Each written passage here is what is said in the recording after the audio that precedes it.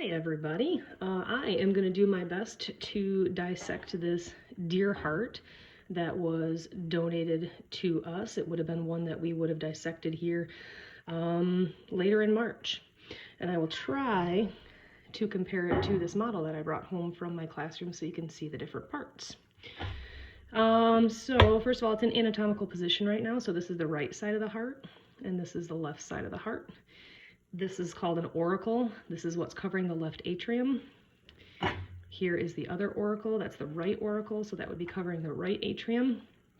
That would be like here, right atrium. And left atrium is under here, so that's the left auricle and the right auricle. Looking at this here, the right side of the heart goes to the lungs, so this is the pulmonary artery. And so we can see that right here. This is the aorta, which is coming actually out of the left side of the heart and is going up and in from inside here, coming out the top. That's going to the rest of the body. And that would be this tube right here.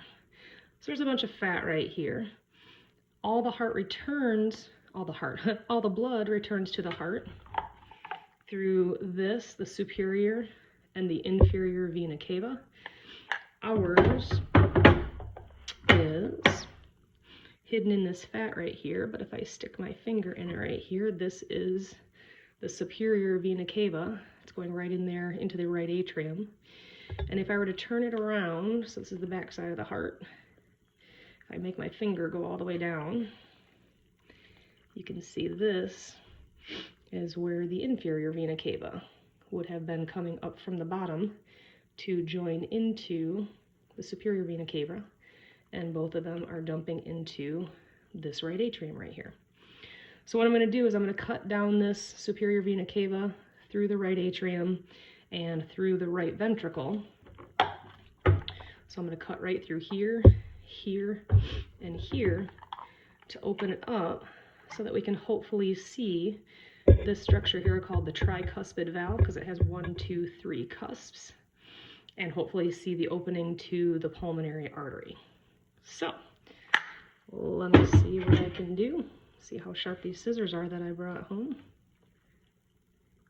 And again, I'm going to stick my scissors into that superior vena cava. Cut's very easy. A lot of the deer hunters like to save these and actually cook these up. Going through the right side ventricle wall right now, going down towards what we call the apex of the heart. That's the point of the heart on the bottom. All right, so here's what we have along with a blood clot. Yummy. So atria was up here, the right atrium. This is now the right ventricle. You see all these spider webby looking things? Those are called the chordae tendineae, and they are attached right here to these papillary muscles. These contract to help control this flap from opening and closing. And again, it was called the tricuspid valve because there's a flap right here, and there is a flap right there, and then there's another one over on this side right there. And then now under there you can see that there's an opening, and I can put my finger into that and I can see where that leads me out.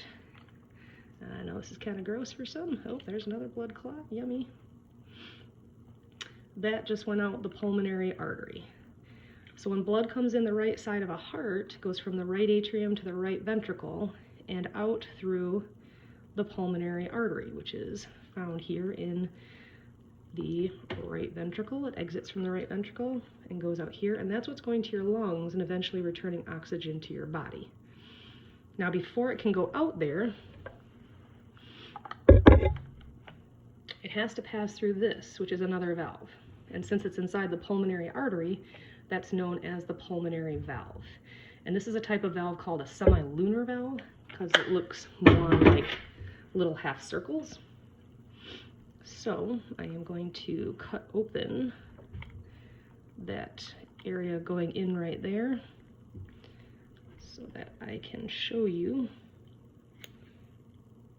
what that looks like.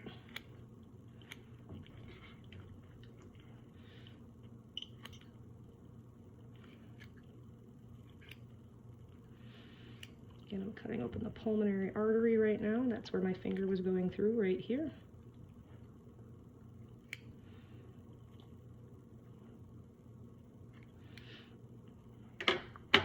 And so if I open this, this right here is the pulmonary valve. If I pick it up right there, it kind of looks like a little eyelid. That right there is a valve. Doesn't look like much, but that's what controls the blood leaving the right side of your body to go through this artery to go all the way to your lungs. So then it goes to your lungs to get oxygenated. Right here, goes out to your lungs to get oxygenated, goes out to your left lung, and then to your right lung. There's some on the back here also. But then it has to come back, and it's going to come back here through the pulmonary veins. There's 2 branches from the left and 2 branches from the right, so that they can come back to the left side of the heart. Let's see, I think, if I didn't cut through them, I saw some of those openings when I was looking at it, but I may have cut through them. Let's see.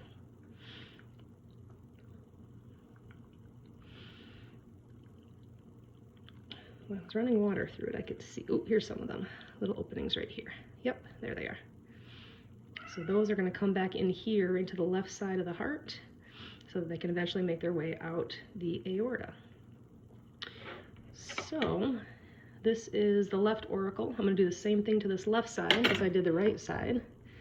And I'm going to try to cut down this side right here to open it up to show you the left atrium and the left ventricle.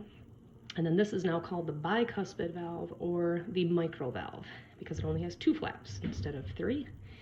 And then eventually it can go out through here. There's another valve in there at the beginning of the aorta because that's starting the aorta, so that's the aortic valve. So let's see if I can find my way into there.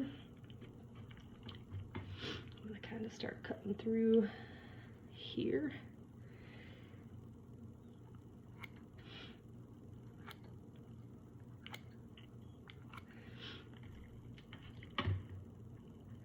I'm going to try to cut down to the same area, that apex that I did on the other side. But you're going to notice something really different between this side of the heart and the other side of the heart that we just did. Look at the thickness of this side of the heart, the muscle, compared to this side of the heart. Sorry about that shaking. My cat just jumped on the table. She's kind of curious about this too at the moment. So here, let's see if I can put them side by side. Not real well. Let's see. There's a good view. Look at the thickness difference. And this is why a lot of hunters eat this too, is because it's basically a great big muscle. It's like steak. So if I put this back in anatomical position, again, this is the left side of the heart, the right side of the heart. And this left side of the heart has to push all the way out the aorta to the whole entire rest of the body. That's why the muscle has to be super thick. Again, we're going to find those stringy things, those chordae tendineae. And then here is one of the flaps of the bicuspid valve. And here is the other flap to the bicuspid valve. They're super thin. And again, if I insert my finger into here from the ventricle going upward, I am going to see that it takes me to the aorta. And my finger is not quite long enough, so I'm going to use this probe. And I'm going to stick it all the way up through there. And it's coming out another tube out the top here. Under all that fat, that is the aorta. So now, just like before, there's another valve inside of there. So I'm unfortunately going to mess this heart up pretty bad. And I'm going to cut it all the way open so that you can see the valve inside of the aorta, which is called the aortic valve, which happens to be another semilunar valve. Again, it looks like two little half moons, but that's controlling the blood flow up into the aorta. So here you can see those three little half moons, half circles right there. If I pick them up, they kind of look like little eyelids. That is your aortic valve. And that's the largest artery in your body because it's taking all the blood under very, very high pressure to the rest of your body, all the way to the head and neck, and then all the way down through your chest and down to your legs and even your teeny tiny little toes. It eventually gets smaller and smaller as it goes from an artery to an arteriole to a capillary, and then eventually comes back and returns blood into the superior or inferior vena cava, which is your largest vein in the human body. And so there you have it. Right side with the tricuspid valve, left side with the bicuspid valve,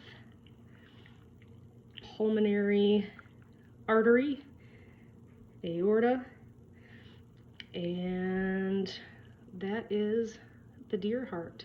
Deoxygenated blood comes in here, right side sends it to the lungs for oxygen. Oxygenated blood comes into the left side of the heart, and oxygenated blood goes all the way to all of your body cells, because remember, your cells need that oxygen to be able to do lovely cellular respiration, chapter 4 that all of you hated, right?